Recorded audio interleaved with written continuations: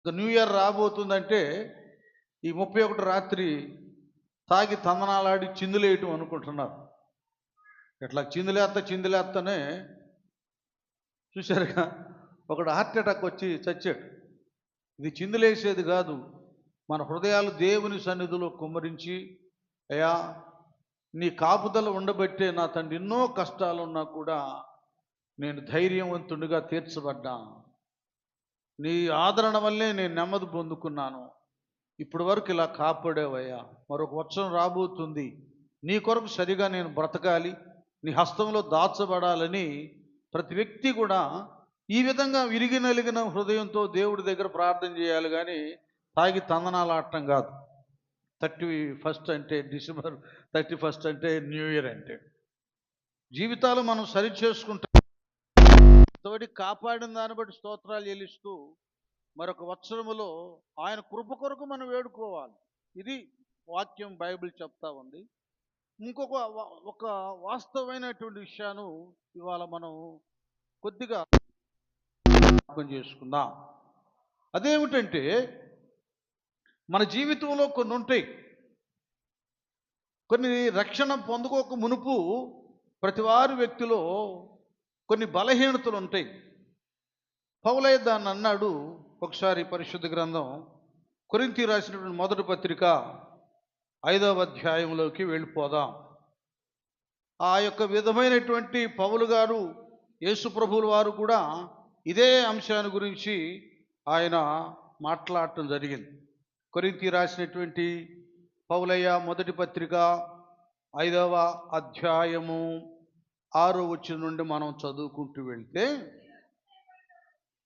మీరు అతిశయపడుట, అది ముందు అతిశయం అంటే గర్వాన్ని గురించి చెప్తున్నాడు. అరే బాబు, ప్రతి చిన్నదానికి నేనేదో గొప్పవాడిని, లేకపోతే నేనేదో జ్ఞానవంతుడిని, ఏదో ఘనుడినని ఏ ఒక్క వ్యక్తి కూడా అతిశయ పడుట మంచిది కాదు. అది ఈ గర్వం అనేది ఉందే, నాశనానికి ముందంట ఈ గర్వము నడుస్తుందంట.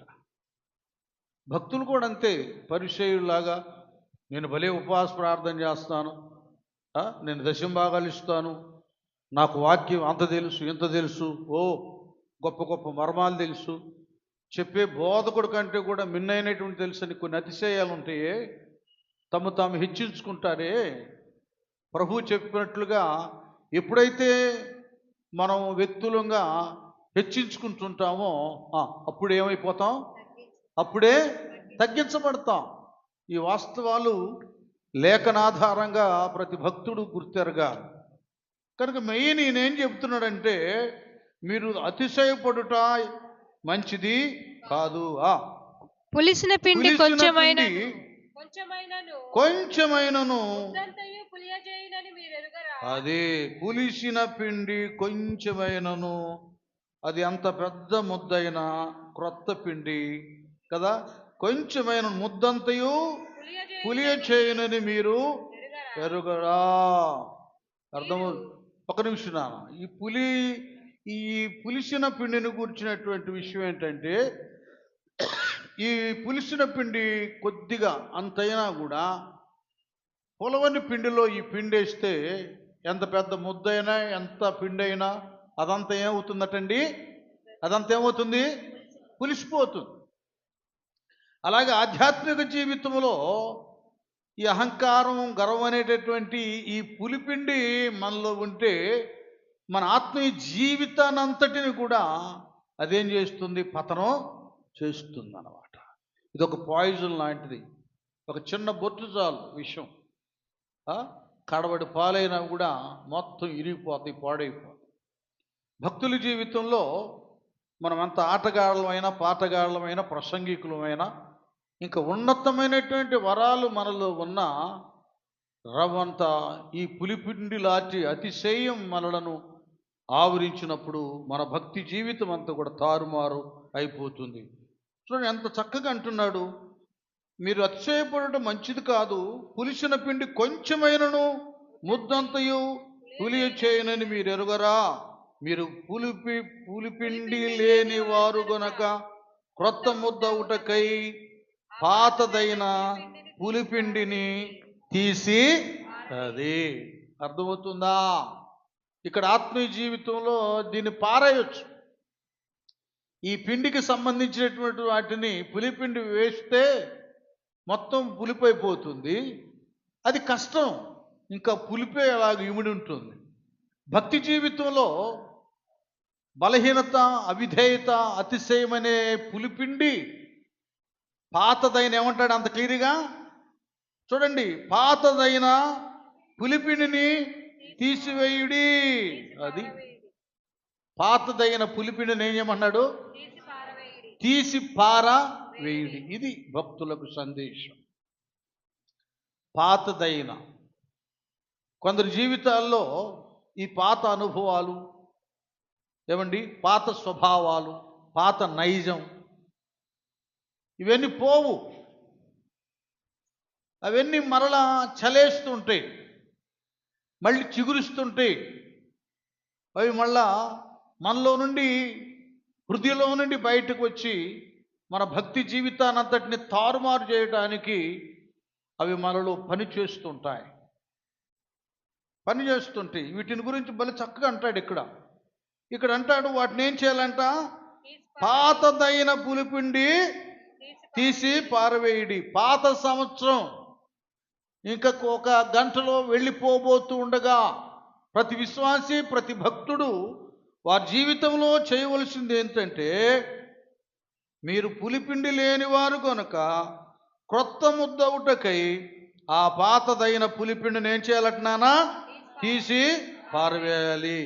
ఇంతే కాక, చాలా గొప్పగా చెబుతున్నాడు పౌలయ్య, ఇంతే కాక క్రీస్తు అను మన పస్కా పశువు వధింపబడెను కనుక పాతదైన పులిపిండితోనైనను దుర్మార్గతయు, చూసారా ఇక్కడ క్లియర్ చెబుతున్నాడు, ఈ పులిపిండి పాత దాని స్వభావం.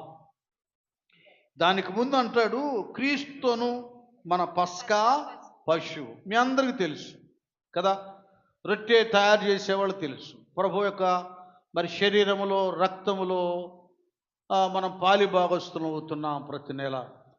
అలాగే నిర్గమాకాండం 12వ అధ్యాయములో ఏ రొట్టె అది? పస్కాలో వారు భుజించేది పులియని రొట్టెలు, పులిపోయినవి కావు, పులియని రొట్టెలు. మనం కూడా ఆరాధనలో ఆదివారం రొట్టె విరిచేటప్పుడు దేవుని యొక్క భక్తులు వారు అప్పటికప్పుడు ఏదో నిన్న తయారు చేసి ఈవేళ మనం రొట్టె విరవడం కాదు, అప్పటికప్పుడు ఇంకా ఒక గంటన్నరలో మనం రొట్టె విరవబోతుండగా అప్పటికప్పుడు తయారు చేసి కదా ఫ్రెష్గా పంపించబడుతున్నటువంటి ప్రభు శరీరం అది. ఇక్కడ దీని గురించే అంటాడు మన ప్రభువును గూర్చి, క్రీస్తును పస్కా.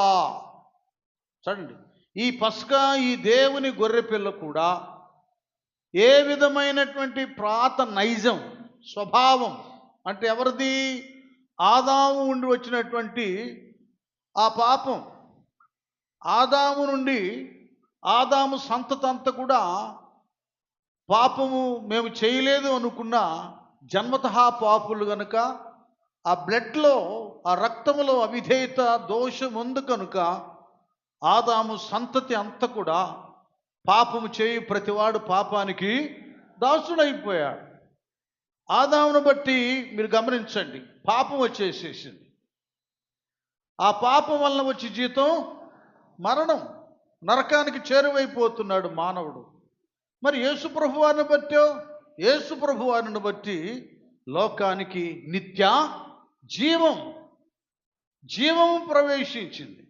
ఎందుకు ప్రవేశించిందంటే, ఆదాము తనకు పుట్టిన బిడ్డలు కయ్యూని ఇలాంటి వారిలో పాత స్వభావం నైజు ఉండి వారు హంతకులైన మరొకరైనా యేసు ప్రభుల వారిలో ఆ ఆదాము స్వభావం ఏది కూడా ఆయనలో లేనే లేదు. ఎందుకంటే ఆయన డైరెక్ట్గా సవాల్ చేస్తున్నాడు, నాలో పాపమున్నదని మీలో ఎవరైనా నేరస్థాపన చేయగలరా? చూడండి, నాలో ఏదైనా లోపం ఉందో చూపించండి, రుజువు చేయండి అని ధైర్యంగా సవాల్ చేసి చెప్పినటువంటి ఆయన పరిశుద్ధుడు, దేవుని కుమారుడు, దేవుడు యేసు ప్రభుల వారే. కనుక ఇప్పుడు మనం ఏమవ్వాలంటే, ఆ ప్రభువారు ఎలాగూ పరిశుద్ధుడో ఆయనలో ఇక్కడ రాయబడినట్టుగా ఇదిగో పాతదైన అంటే దుర్మార్గతయు దుష్టత్వమును కదా, ఇవేవి కూడా మనలో లేకుండా ఉండాలంటే మనం ప్రభు వైపు చూడాలి. పౌలయ్య అంటాడు, నేను క్రీస్తును పోలి నడుచుకున్న ప్రకారం మీరు నన్ను పోలి నడుచుకోండి. ఇక్కడ ఎంత చక్కగా ఎంత క్లారిటీ ఇస్తాడో, తేటగా చెప్తాడో చూడండి. నేను ఒకప్పుడు ఎవరినంటున్నాడు? పాపులలో అదే దూషకుడును హింసకుడును కానీ కరుడును, తెలియక ఎరుగక నేను ఎంతో కీడు లోపం పాపం చేశాను. సౌలా సౌలా అని ఆ మహాదేవుడు నన్ను పిలిచినప్పుడు ఆ దుష్టత్వం అంతా కూడా నేను పశ్చాత్తాప్తుడనై ప్రభు రక్తం చేత కడగబడి క్రమక్రమేణా ఆ ప్రభు వారి యొక్క ఆయన పోలిక చొప్పున కదా, నేను క్రీస్తును పోలి అది ఆయన పోలి నడుచుకునేటటువంటి ఆ భాగ్యాన్ని నేను పొందుకున్నా. పాపులను రక్షించుటకు క్రీస్తు యేసు ఈ లోకానికి వచ్చిన మాట ఏంటిదంట? అది నమ్మదగినది, పూర్ణాంగీకారమునకు యోగ్యమై ఉన్నది. ఆయన పాపులను రక్షించటానికే చెప్పాను కదా. మనుషుల్లో పాతదనే ఈ పాపపు దుష్టత్వం పులిపిండి లేకుండా చేయటానికే యేసు ప్రభు వారు వచ్చారు. దానికి నేను సాక్షిని అని ఒకప్పుడు ఒక క్రూరమైనటువంటి వ్యక్తిగా ఉన్నవాడు ప్రభు స్వరం విని దుష్ట స్వభావాన్ని పోగొట్టుకొని సౌలు పౌలుగా మార్చబడి ప్రభును పోలి నడుచుకుంటూ ఆయన అడుగు జాడల్లో జీవిస్తూ పాతదైన దుష్టత్వం అనే పులిపిండి లేకుండా అతడు పవిత్రంగా యేసు ప్రభువారు ఎలాగూ ఆయన శరీరము ఆ రొట్టె విరిచినప్పుడు అది పులిసినది కాక కదా స్వచ్ఛమైనటువంటిది ఎలాగుందో అలాగున మార్చబడుతూ ఉన్నాడు పౌలయ్య. కనుక ఈ పాత సంవత్సరం ఇంకా వెళ్ళిపోతూ ఉంది. ఎలాగ వెళ్ళిపోతుందో ఇంకేమైనా పాత స్వభావం మనలో ఆనుకొని ఉంటే ఇక్కడ ముందు అన్నట్లుగా దాని ఇసిరి ఏం చేయాలి? తీసి పారవేయాలి. మీరు పులిపిండి లేని వారు గనుక క్రొత్త ముద్ద అవుటకై ఆ పాతదైన పులిపిండిని తీసి పారవేయుడి. ఇంతేకాక క్రీస్తును మన పస్కా పశువు వధింప అది ఆయన వధించబడ్డాడు. చాలామంది ప్రభు శరీరములో చెయ్యి వేయడానికి ఆయన రక్తంలో భాగస్తులు కావడానికి నెలలు నిర్లక్ష్యం చేస్తూ ఉంటారు. కనుకనే అంటే అర్థం ఏంటంటే, ఒకటి అమ్మో నేను ఈ తప్పు చేస్తున్నాను కదా, నాకు ఈ పొరపాటు ఉంది కదా, ఈ కోపం ఉంది కదా, ఈ అహంకారం ఉంది కదా, ఇలాంటి స్వభావం నాకు ఉంది కదా, కాబట్టి ఎందుకులే నేను తగనలే అన్నట్లుగా ఇంకా పులిపిండిగా ఉండటానికే ఇష్టపడుతున్నారు కానీ కదా, పులిపిండి కాకుండా స్వచ్ఛమైనటువంటి ముద్దగా పిండిగా ఉండటానికి వాళ్ళు ఇష్టపడలేదు. కనుకనే వాళ్ళు ధిక్కరిస్తున్నారు. రొట్టెలో లేక ఆయన శరీరంలో చెయ్యి వేయటం లేదు, దాన్ని తృణీకరిస్తున్నారు. ఇంకా పాత స్వభావంతోనే పులిసిన బ్రతుకుతోనే ఉండటానికి వాళ్ళు ఇష్టపడుతున్నారు. రక్షించబడినా కూడా ఇక్కడ గొప్ప విషయం ఏంటంటే, చక్కగా రొట్టె విరిచే సమయంలో ప్రతి ఒక్కరూ మోకరించి ఆత్మతో సత్యముతో ఆరాధన చేస్తాం. అసలైన సిస్సలైన రియల్ వర్షిప్ ఇదే. ఏం చేస్తామంటే, వెంటనే ప్రభువారు శిలువ త్యాగాన్ని మనం జ్ఞాపకం చేసుకుంటూ ఆయన రక్తం కార్చడానికి కారణం నేనే అని పశ్చాత్తాప్తులమై ఇప్పుడు పవిత్రమైనటువంటి నీ శరీరంలో రక్తంలో నేను పాలిభాగస్తురాలను కాబోతున్నాను ప్రభువా, కనుక నీవు నన్ను క్షమించు, నన్ను పవిత్రపరచు, పులిసినటువంటి దుష్టత్వం ఏమైనా ఉంటే దాన్ని తీసివేయి. నన్ను నీవలే, నీ దేహాన్ని నేను స్వీకరిస్తున్నాను కనుక శరీరాన్ని, నీ దేహము, నీ శరీరం ఎంత పవిత్రమైనదో ధవళవనుడా, ఆ స్థితిని నాకు కలుగు చేయమని ప్రార్థనాపూర్వకంగా విరిగి నలిగిన మనసు గలవారమై ఆ రొట్టెలో చేయి వేస్తున్నా. చాలా ఉన్నతమైనది ఈ అనుభవం కదా. ఎంత చక్కగా చెబుతున్నాడు చూడండి. కనుక పాతదైన పులిపిండితోనైనను కదా, దుర్మార్గతయు 8వ వచనం, దుష్టత్వమును పులిపిండితోనైనను కాకుండా నిష్కపట్యమును సత్యమునను పులి అని రొట్టెతో పండగ. దేవునికి స్తోత్రం. ఏంటంటే ఇది ఏం పండగ అంట? సత్యమును, నిష్కపటమును సత్యమునను పులి అని రొట్టెతో పండుగ అది. ఇది కూడా ఒక పండుగే మనకు. పాత సంవత్సరం బాయ్ అని ఎలాగ వెళ్ళిపోతుందో, గుడ్ బాయ్ అని, అలాగే మనలో పాత స్వభావం వెళ్ళిపోవాలి. అది బాయ్ అందు, మనమే దానికి బాయ్ చెప్పాలి, అంతే కదా. కొందరు వెళ్ళరు, వాళ్ళను మనమే సాగరంపాలి, పారద్రోలాలి, పంపించాలి. వాడెప్పుడు వెన్నంటి ఉంటారు. మన చేత అనేక పొరపాట్లు, నేరాలు, అబద్ధాలు, అల్లరులు, అక్రమాలు, దుష్కార్యాలు జరిగించటానికి వాడు వెన్నంటి ఉంటాడు.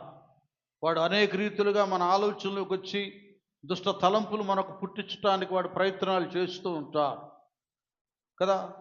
అలాగునని వారి డ్యూటీ ప్రకారంగా పరిశుద్ధాత్మ దేవుడు కూడా ఆయన మనలను ఆవరించి ఉంటాడు కదా. అందుకే ఆపదలు నన్ను వెన్నల్టి ఉన్నా నా కాపరి నీవై నన్నాదుకొంటివి. ఆపదలు నన్ను వెన్నల్టి ఉన్నా నా కాపరి నీవై నన్నాదుకొంటివి.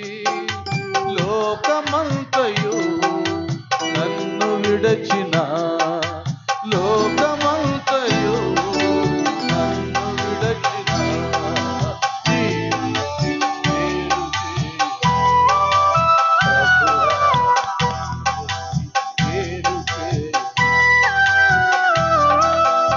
ఎన్ని తలచిన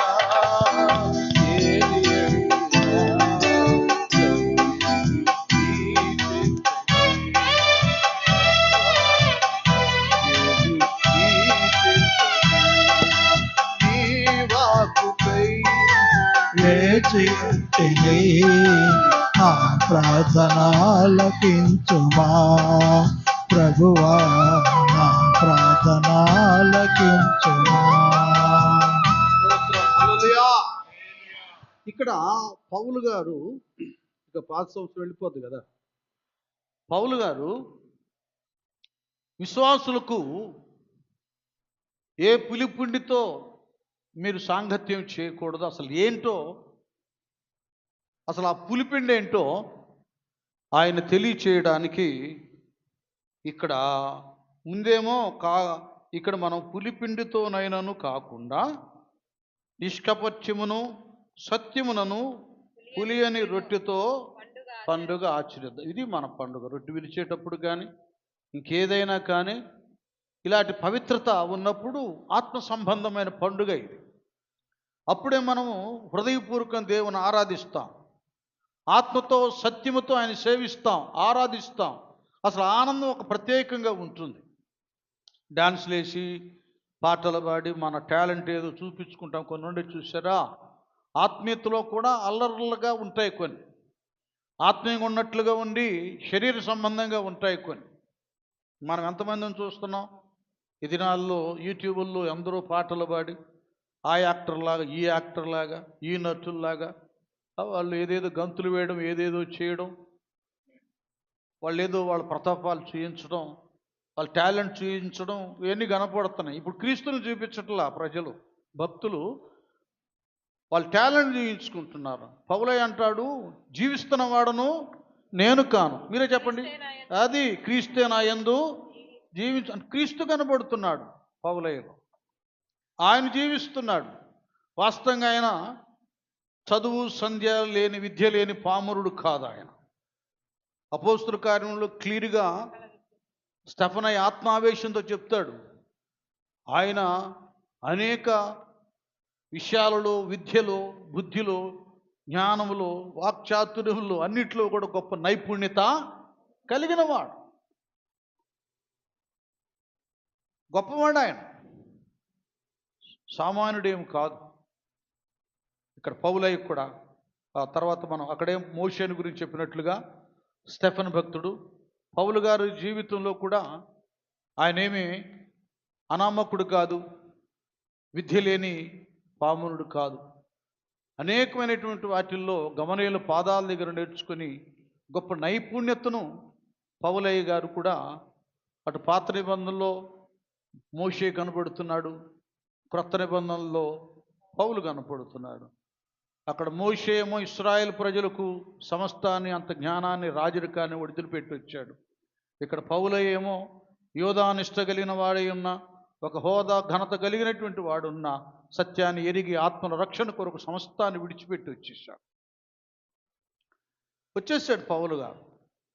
వచ్చేసి ఆయన తన టాలెంట్ని అక్కడ చూయించుకోవడం లేదు. ఇంత విద్యావంతుడై పాండిత్యము జ్ఞానము కలిగి ఉన్న, ధర్మశాస్త్రం అనేక శాస్త్రాలు ఎరిగి ఉన్నా కూడా అదేదో ప్రతాపం ఏదో చూయించకుండా సందర్భాన్ని బట్టి హైందవుల మధ్యలో, అన్యుల మధ్యలో లేఖన ఆధారంగా వాళ్ళతో వాదించి అక్కడ నెగ్గి యేసే రక్షకుడు, ఆయనే పరలోకానికి మార్గం, యేసే క్రీస్తుని అనేకులకు రుజువు చేస్తూ వస్తున్నటువంటి వాడు కేవలం క్రీస్తునే చూయిస్తున్నాడు కానీ తనలో ఉన్న గొప్పదనాన్ని ప్రదర్శించడం లేదు. అలాంటి ఆయన ఇక్కడ చక్కగా చెప్తా ఉన్నాడు. ఏం చెబుతున్నాడంటే, జారులతో సాంగత్యము చేయవద్దని నా పత్రికలో మీకు వ్రాసి ఉంటిని అంటున్నాడు. అంటూ ఎంత జ్ఞానంగా చెప్తున్నాడు చూడండి. ఇక్కడ మన జీవితాల్లో కూడా పులిపిండి పక్కనే ఉంటుంది. మన ఆత్మీయ జీవితాన్ని అంత పతనం చేయటానికి, మరలా ఆ పులుపు, ఆ దుష్టత్వం, ఆ అసూయ, ఆ కక్ష, భేదాలు పెట్టే తత్వాన్ని కలిగించటానికి పక్కనే సహోదరుల రూపంలో పక్కనే ఉంటుంది అంటాడు. అయితే 10వ వచనం, ఈ లోకపు జారులతోనైనను లోబులతోనైనను దోచుకొని వారితోనైనను ఏమాత్రమును అది వారితో, లోక సంబంధమైన వారితో సాంగత్యము చేయవద్దని కాదు.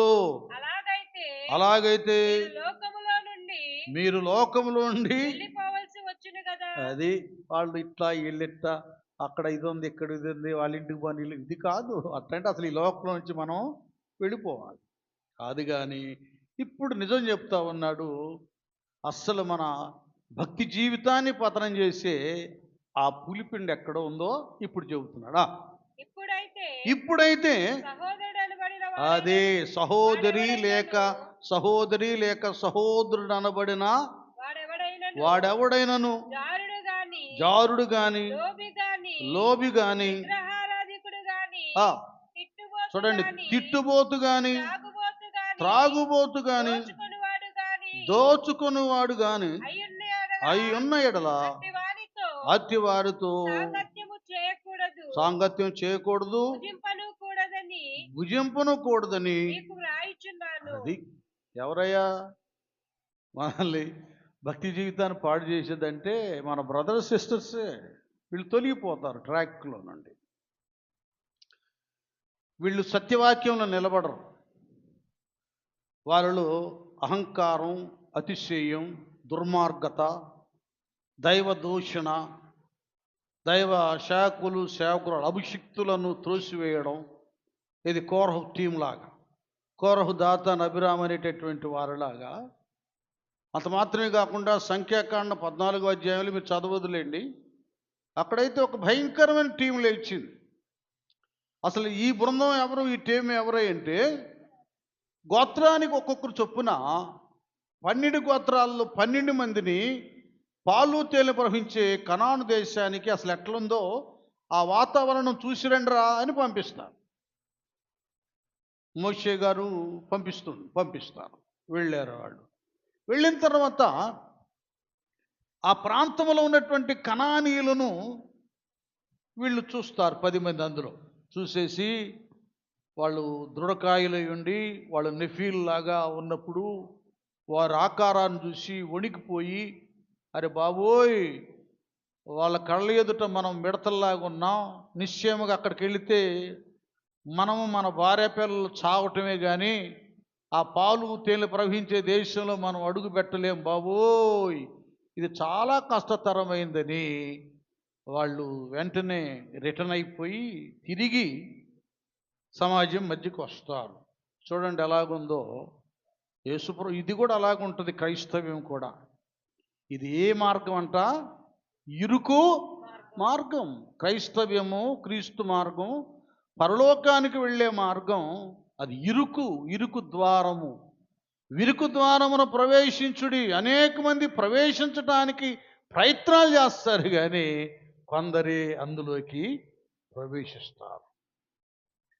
చాలామంది మేము బాప్తిసం పొందుతాం, మేము రక్షించబడతామని బాప్తిసాలు కూడా పొందుతారు కానీ ఆ ద్వారములోనికి వెళ్ళి అద్దరికి చేరలేని వారు కోకొల్లలుగా ఉన్నారు. మోషే, అహరోనులు వీళ్ళందరూ కూడా కనాను దేశాన్ని గురించి అది పాలు తేనె ప్రవహించే దేశం అని చెబుతున్నప్పుడు బోధలో ఆహా ఇంకేముంది, అక్కడ ఆ దేశాన్ని దేవుడు ఇచ్చేస్తాడు, అక్కడ మనము మరి విత్తము కొయ్యము, కానీ విత్తనటువంటి పంట మన సొంతం అవుతుంది కదా, కట్టని ఇళ్ళు మన సొంతం అయిపోతాయి, ఇంకేముంది చాలా హ్యాపీగా ఉండొచ్చు అని ఈ బోధకు వారు నిజంగా లోనైపోయి ఒకేసారి అదంత ఐశ్వర్యమంతా మాకు వచ్చింది అనుకుని ప్రయాణాన్ని కొనసాగించారు. కొందరు అంతే. ఇప్పుడు మనం బోధ చేస్తూ ఉంటాం, రండయ్యా దేవుడు మీ అవసరాలు తీరుస్తాడు, మీ అప్పులు తీరుస్తాడు, మీకు ఆరోగ్యాన్ని ఇస్తాడు, మీ వ్యాపారాన్ని అభివృద్ధి పరుస్తాడని మరొక ఫార్మాలిటీగా నియమంగా చేస్తాం మనం బోధ. వాళ్ళు ఏంటంటే కేవలము దేవుడు ఇది ఇస్తానన్నాడు అది ఇస్తానన్నాడని ప్రసంగం చేశాడు కదా, నేను మందిరానికి వెళితే వాక్యం వింటే అన్నీ నాకు వస్తాయి అన్న ఆ ఉద్దేశంతో, దురుద్దేశంతో, దురాశతో సన్నిధికి వచ్చేవాళ్ళు ఉన్నారు. వచ్చినప్పుడు అవసరాలు ఏం తీరలేదనుకోండి, వాళ్ళ వ్యాపారం జరగలా, వాళ్ళకి ఉద్యోగాలు రాలా, ఏమండి వాళ్ళ అవసరాలు ఏమి తీరలేదనుకోండి, ఇంక వెంటనే ఏం చేస్తారంటే ఇదంతా మాయా, ఏదేదో మాయ మాటలు చెప్తూ ఉంటారు ఆ బోధకులు అంటారు. దేవుడేమో వాక్యంలోకే ఒక మాట అంటాడు, నమ్ముట నీ వలనైతే నమ్ము వానికి సమస్తము సాధ్యం.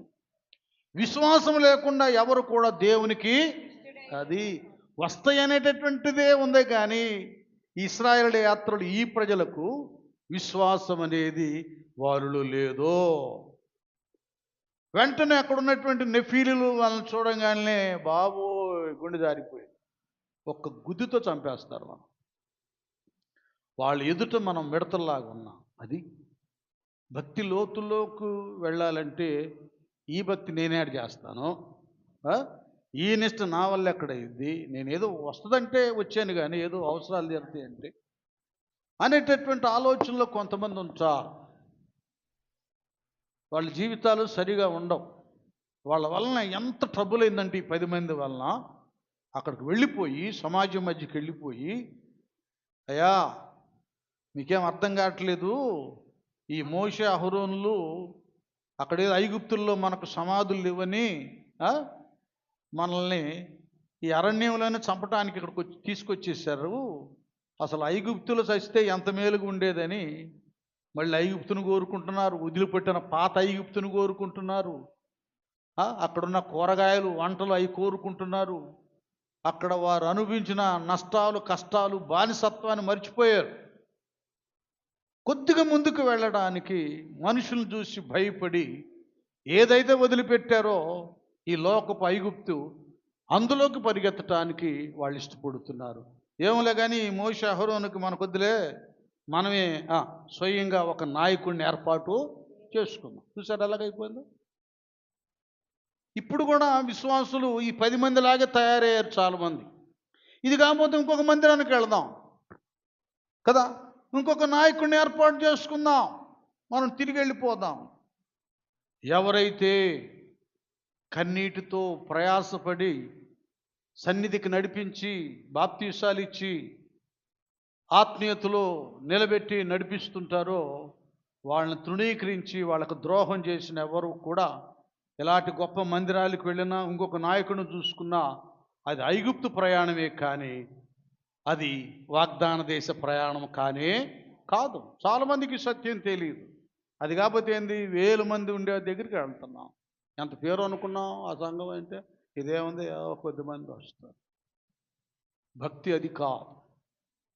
ఇంకొక నాయకుడిని ఏర్పాటు చేసుకుని వెళ్దాం అన్నారు. ఇదే పులిపిండి అంటే, మళ్ళీ ఐగుప్తుని ఆశపడ్డం. వీళ్ళు వెళ్ళారు చక్కగా. కాలేబు యెహోషువలు వెళ్ళి వాళ్ళు కూడా వీళ్ళకి కనిపించారు. ఆ దృఢకాయలు నెఫీల్లాగా ఉండేటటువంటి ఆ పరాక్రమశాల దృఢకాయలు కనపడ్డారు. కనపడితే దేవుని వాగ్దానం, దేవుని యందు విశ్వాసం వీళ్ళ కనులు తెరవబడినటువంటి వారై, దాని ద్వారా ఆత్మనేత్రాలు కలిగినటువంటి వారై దేవుడే వాళ్ళ కన్నులు కంటి కనబడుతుంటే వాళ్ళ ఎదురున్నటువంటి నెఫీలు వాళ్ళ దృష్టికి మిడతల్లాగా కనపడ్డారు. ఈ 10 మందికేమో ఒక రాక్షసులా కనిపించారు. ఈ ఇద్దరికేమో ఎలా కనపడ్డారు? మిడతల్లాగా కనపడ్డారు. అది విశ్వాసం అనేది. నా జీవితంలో సరైనటువంటి నమ్మిక, విశ్వాసం, భక్తి, పరిశుద్ధత అనేది ఉన్నప్పుడు ఎంత శ్రమైనా, కష్టమైనా, లక్షల రూపాయలు ఆర్థిక సమస్య అయినా నా వెనక దేవుడు ఉన్నాడు. యెహోవా నా కాపరి, నాకు లేమి. ఆయన ప్రతి అవసరత తీర్చువాడు. ఆయన నా అవసరం తీరుస్తాడు. నా ఎదుట ఉన్నటువంటి ఆర్థిక సమస్య కంటే నా వెంట ఉన్నటువంటి నా దేవుడు గొప్పవాడు, దానికంటే బలవంతుడు అనేటటువంటి విశ్వాసత కలుగుతుందన్నమాట భక్తులకి. కాలేబు యెహోషువలకి అదే కలిగింది. ఇంకా వాళ్ళు ఏం చేశారంటే, ఇంకా వాళ్ళేం పట్టించుకోవాలి. అప్పుడు దేశమును సంచరించి చూచిన వారిలో ఉండిన నూను కుమారుడగు యెహోషువయు కాలేబును వీళ్ళేమో బలహీనపరిచారు వాళ్ళని 10 మంది. ఇశ్రాయేలు సర్వ సమాజం వెళ్ళిపోయి, ఏంద్రా బాబు దేవుడు మనకు అది ఇస్తానంటే ఏంటి ఇలాంటి వార్త చెప్పారు, చెడ్డ వార్త చెప్పి వాళ్ళని కురంగదీశారని వస్త్రాలు చింపేసుకున్నారు. మేము సంచరించి చూచిన దేశము అదే. చూసారా, వీళ్ళేమో చెడ్డదంటున్నారు, వీళ్ళిద్దరేమో మిక్కిలి మంచి దేశం. యెహోవా మన యందు ఆనందించిన ఎడల ఆ దేశములో మనలను చేర్చి దానిని మనకి ఇచ్చును. అది పాలు తేనెలు ప్రవహించు దేశము. దేవుని స్తోత్రం, హల్లెలూయా. ఇక వీళ్ళు ఏం చేశారో తెలుసా, అక్కడికి వెళ్ళినప్పుడు వీళ్ళేమో కనానీలు చూసి భయపడ్డారు, గుండె జారిపోయింది. చక్కగా ద్రాక్ష అడలు కనపడుతుంటే అవి కంటికి కనపడలే, మెంటలెక్కేసింది. కాళ్ళు చేతులు వణిగిపోతున్నాయి, కళ్ళు మూసుకుపోయినాయి. అక్కడ ఆవులు, గేదెలు, ఈ పశు సంపద అంతా ఉంది. మంచి పచ్చిక తిని కదా, చాలా బలంగా ఉండి ఆ గాలికే అలాగొచ్చి కొడతా ఉంటే ఆ గాలికి అదే ఆ పాలు కారుతా ఉన్నాయి. ఆ పశువులకు పాలు కారుతున్నాయి, తేనె తెట్టెలు పెట్టి ఉన్నాయి.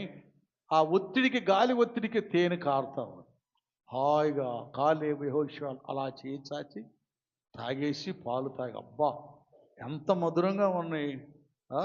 దేవా నీకు స్తోత్రం, ఇంత శ్రేష్టమైన స్వచ్ఛమైనటువంటి కల్తీ లేని తేనె, కల్తీ లేని ఆరోగ్యదాయకమైనటువంటి పాలు మా కొరకు సిద్ధపరిచేవయ్యా, అని అక్కడ ఉన్నటువంటి ఆ అంజూరాలు, ఖర్జూరాలు, దానిమ్మ పండ్లు, రకరకాలైన ఫలాలు వాటిని తిని ఒక కర్ర ఒకటి తీసుకొని ఆ ఫలాలన్నీ మధ్యలో కట్టి ఒక భుజాన ముందు భుజాన కాలేబు వెనక యెహోషువ ఉండి స్తోత్రాలు చెల్లిస్తూ అందరికీ మోషే అన్నకి అహరోను అన్నకు కూడా తినిపిద్దాం, తాగిద్దాం అని ఎంతో ఆనందంతో గంతులు వేస్తూ వీళ్ళు వస్తే వీళ్ళు నోరు ఎండిపోయి కళ్ళు ముయ్యబడి ఏమండి పిరికితనంతో భయంతో వచ్చేసి మిగతా వాళ్ళందరినీ కూడా ఈ పులిపిండి అందరిని కూడా పులుపు చేసి పడేసి. అది ఇలాంటి వాళ్ళతో మనం జాగ్రత్తగా ఉండాలి. వాళ్ళ మాటలు సమాజానికి ఉడుకు పుట్టించేసి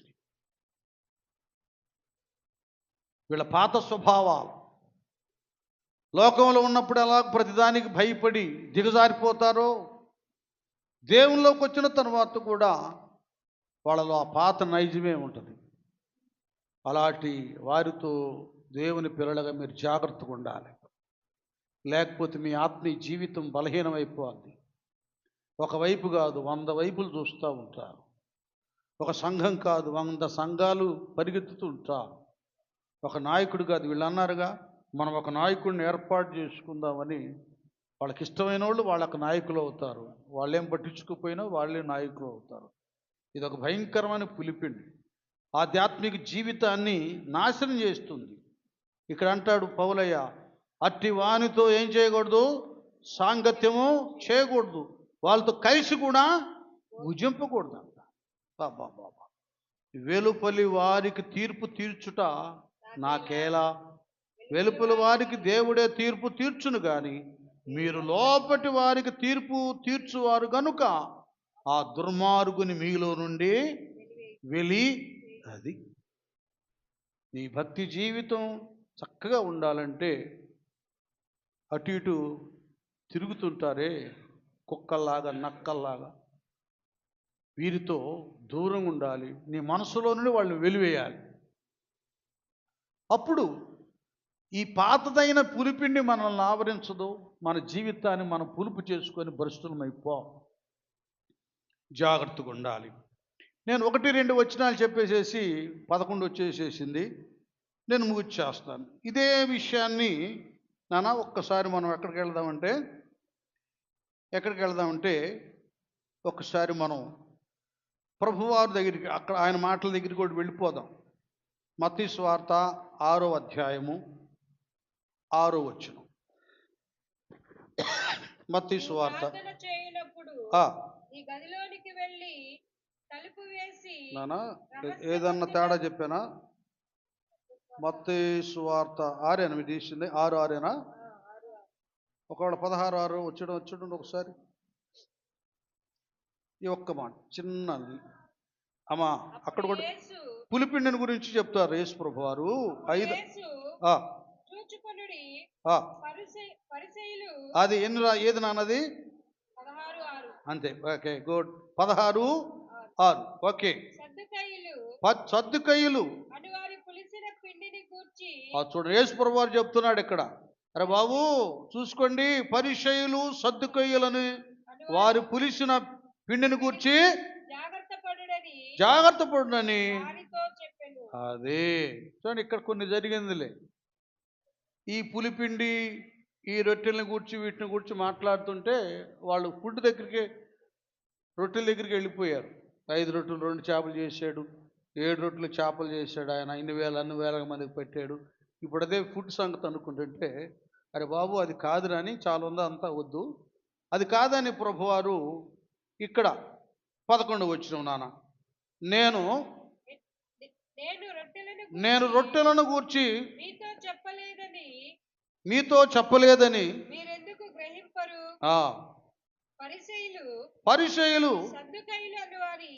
పరిసయ్యులు సద్దుకయ్యులు అని వారి పులిసిన పిండిని గూర్చి. అది అసలు ఏంటయ్యా విషయం ఏంటారే బాబు, పులిసిన రొట్టెల గురించి కాదు నేను చెప్పేది. వీళ్ళున్నారే పరిసయ్యులు సద్దుకయ్యులు, వీళ్ళ పరిస్థితి ఏంటంటే పైకి భక్తుల్లాగా కనిపిస్తారు.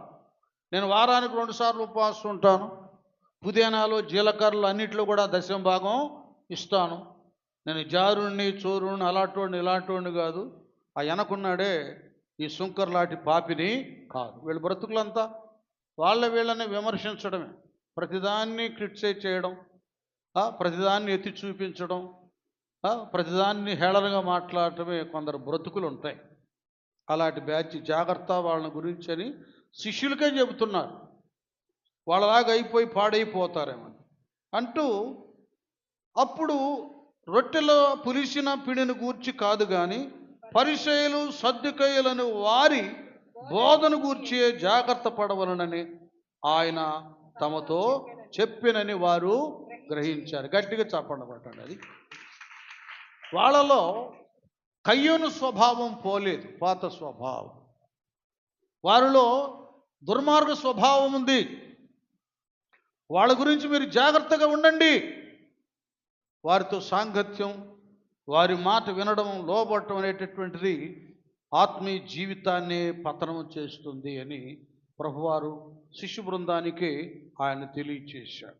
నానా అంత మాత్రమే కాకుండా మనం గలతీ పత్రిక వెళ్ళినప్పుడు 3వ అధ్యాయంలో మొదటి నుండి మనం చదివితే అక్కడొక విషయాన్ని కూడా చక్కగా తెలియజేస్తాడు. చూడండి, ఓ అవివేకులైన గలతీలారా, మిమ్మల్ని ఎవరు భ్రమ పెట్టెను? సిలువ వేయబడినట్టు వాడైనట్టుగా యేసుక్రీస్తు మీ కనుల ఎదుట ప్రదర్శించబడిన కదా. ఈ మాత్రమే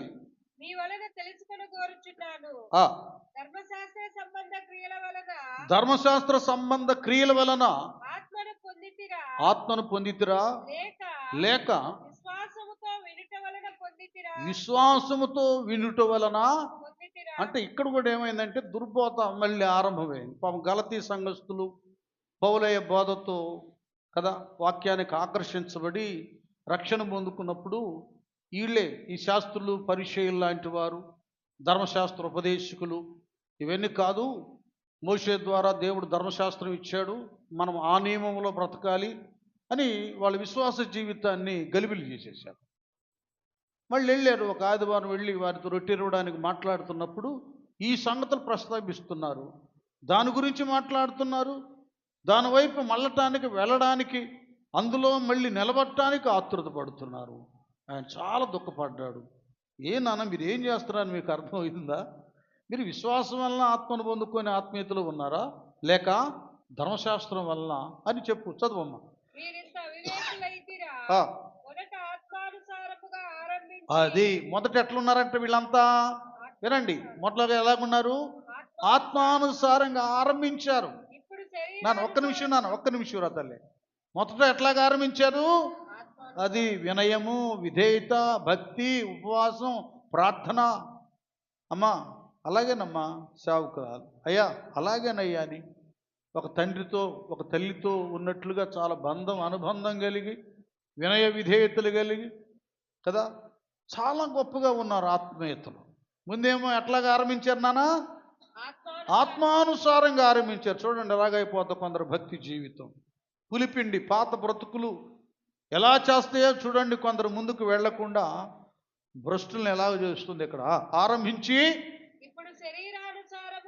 అదే ఇప్పుడు ఎలాగంటున్నానా? శరీరానుసారముగా. అర్థమవుతుందా? ఆత్మీయంగా ప్రారంభించి శరీరానుసారంగా ఆత్మీయతలు ఎవరైనా పరిపూర్ణలు అవుతారండి? ఇక్కడే మనకు క్లారిటీ వస్తుంది.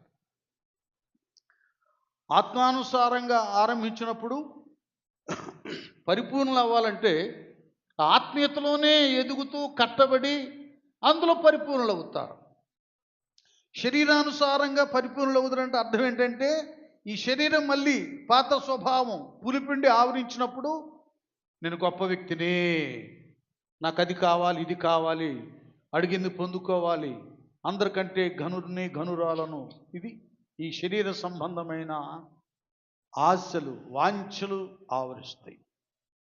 భక్తి బ్రతుకు ఆత్మీయత శరీరానుసారమైన ఆలోచనల్లో, ఆశలతో అవసరాలు తీర్చబడటంలో అది పరిపూర్ణం కాదు, సంపూర్ణత కాదు. ఇప్పుడు క్రైస్తవ సమాజం ఎక్కడ భ్రమపడి పులిపిండిని వారు ఆవరించబడుతున్నారు పులిపిండితో. చూడండి, అబ్బా ఏంది ఎన్ని వేల మంది, ఇన్ని వేల మందా, అయ్యో ఏంది ఎంత ఆస్తి, ఎన్ని కానుకలు, ఎంత డబ్బు, ఆ? ఎంత పేరు, ఎంత ఘనత, ఇది అనుకుంటున్నారు వీళ్ళు. డబ్బులు, స్థలాలు, పొలాలు, జనాలు, ఇది ఆత్మీయ పరిపూర్ణత అనుకుంటున్నారు. ఏమండి, అడవిలో అరణ్యంలో ఆయన ప్రసంగం చేసినప్పుడు పురుషులే 5,000 మంది వచ్చారు. స్త్రీలు ఎంతమంది, పిల్లలు ఎంతమంది, ముసలాళ్ళు ఎంతమంది, లక్షల మంది ఉన్నారు కదా, ఉన్నారు. మరి సిలువ దగ్గర ఎవరు ఉన్నారు? ఒక్క యోహోను మాత్రమే ఉన్నాడు. మీరు అర్థం చేసుకున్న విషయాలు ఇవి. నిత్య జీవానికి మనల్ని తీసుకొని వెళ్ళం. ఇప్పుడు భక్తులు వేరండి. ఎక్కడ చాలామంది ఉంటారో, ఎక్కడ గొప్పగా హంగామాతో పేరుగాంచబడి ఉంటారో అది భక్తి, అక్కడ దేవుడు ఉన్నాడు అనుకుంటారు. ఇలాంటి వెర్రోళ్ళందరూ ఉంటారనే దేవుడు స్వయాన అన్నాడు, చిన్నమందా, చక్కటిగా చిన్నమందా, మీకు రాజ్యం అనుగ్రహించడానికి మీ తండ్రికి అది, పెద్ద మందా మీకు రాజ్యం ఇస్తానని వాక్యములు ఎక్కడా లేదు. ఇది శరీరానుసారంగా పరిపూర్ణమవుతాం. అక్కడికి వెళ్తే ఎంతమంది ఉంటారు, నేను ఒక గొప్ప సభ్యురాలుగా ఉంటాను. ఎక్కడికి వెళ్తున్నామంటే ఫలానా దగ్గరికి అని చెప్పుకుంటాను. మీకు వాస్తవాలు చెప్తున్నవేనండి, భక్తి వాస్తవాలు ఇప్పుడు కూడా ఉన్నాయి. ఒకటి ఐపీసీ, ఇండియన్ పెంతెకోస్తు. 2 హెబ్రోన్, బక్సింగర్ సహవాసం. అక్కడ లక్షలు కనపడరు, మందిరాల్లో కనపడరు.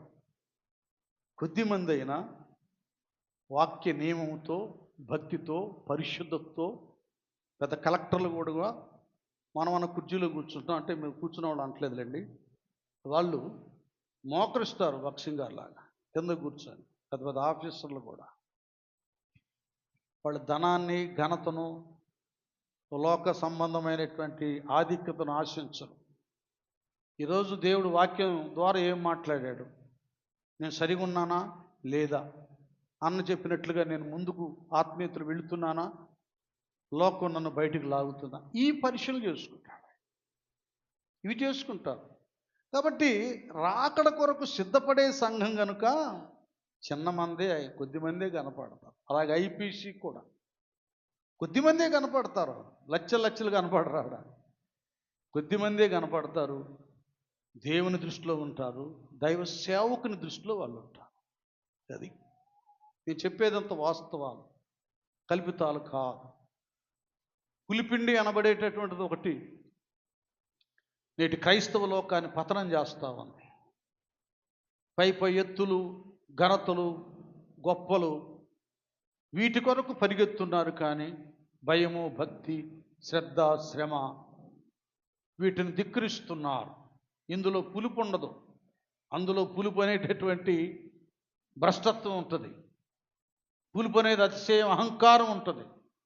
కాబట్టి శరీరానుసారంగా ఏమవుతారన్నాడు పౌలయ్య? పరిపూర్ణులు అగుదురా. తర్వాత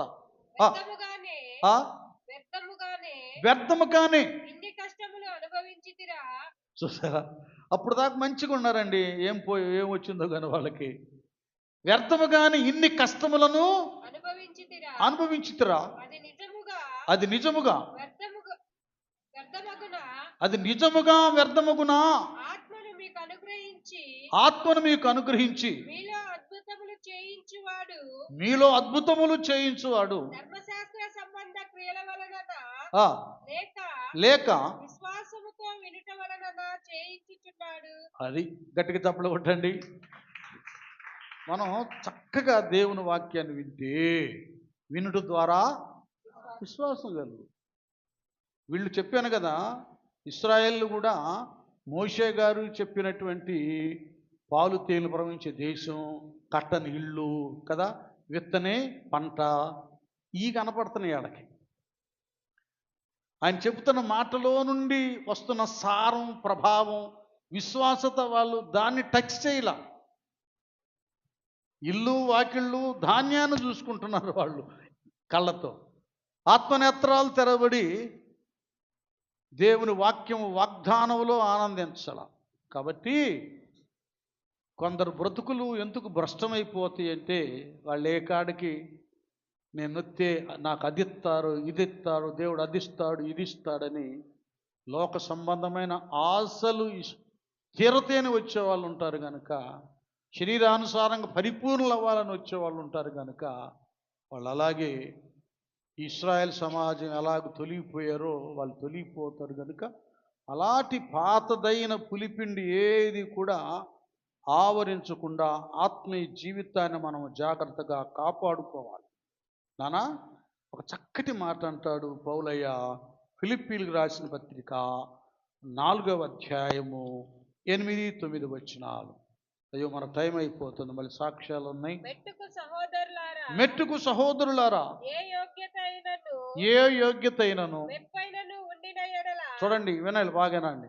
మనకి ఎలాంటి యోగ్యత అయినను మైక్ లేదమ్మా, మెప్పైనను ఉండిన ఎడల అది ఇది కావాలి విశ్వాసులు. ఏవి సత్యమైనవో, ఏవి మాన్యమైనవో, ఏవి న్యాయమైనవో, ఏవి పవిత్రమైనవో, ఏవి పవిత్రమైనవో, ఏవి రమ్యమైనవో, ఏవి రమ్యమైనవో, ఏవి ఖ్యాతి గలవో, ఏవి ఖ్యాతి గలవో, వాటి మీద ధ్యానముంచుకొనుడి. వాటి మీద ధ్యానముంచుకొనుడి. ఏముంచుకోవాలి? ధ్యానము ఉంచుకొనుడి. ఇంకేమైనా ఉందా? వీటి మీద మనం ఏవి సత్యమైనవో కదా, ఏవి సరైనవో అవి రూఢిగా తెలుసుకున్న వాటి మీద మనం ధ్యానం, వాటి మీద ఆశ ఉన్నప్పుడు తెలియకుండానే అంతరంగంలో నుండి విశ్వాసత అది బలపరచబడటం, అది వర్ధిల్లడం, ఇవి జరుగుతాయి. అప్పుడు మనం ఈ విశ్వాస రూటులోకి వెళుతూ ఉండగా జరిగేది ఏంటంటే, విశ్వాసకర్త కొనసాగించు యేసు వైపే చూస్తాం. చూసి ఎలాగుంటుంది? రోమిలికి రాసిన పత్రిక 12వ అధ్యాయము 1-2 వచనాలలాగా ఈ పులిపిండి అనేది తగలబడిపోతుంది, మొత్తం పతనం అయిపోయి పులుపు, లోకాశ అనేది మన అంతరంగాన్ని కానీ శరీరాన్ని కానీ అది ఆవరించదు.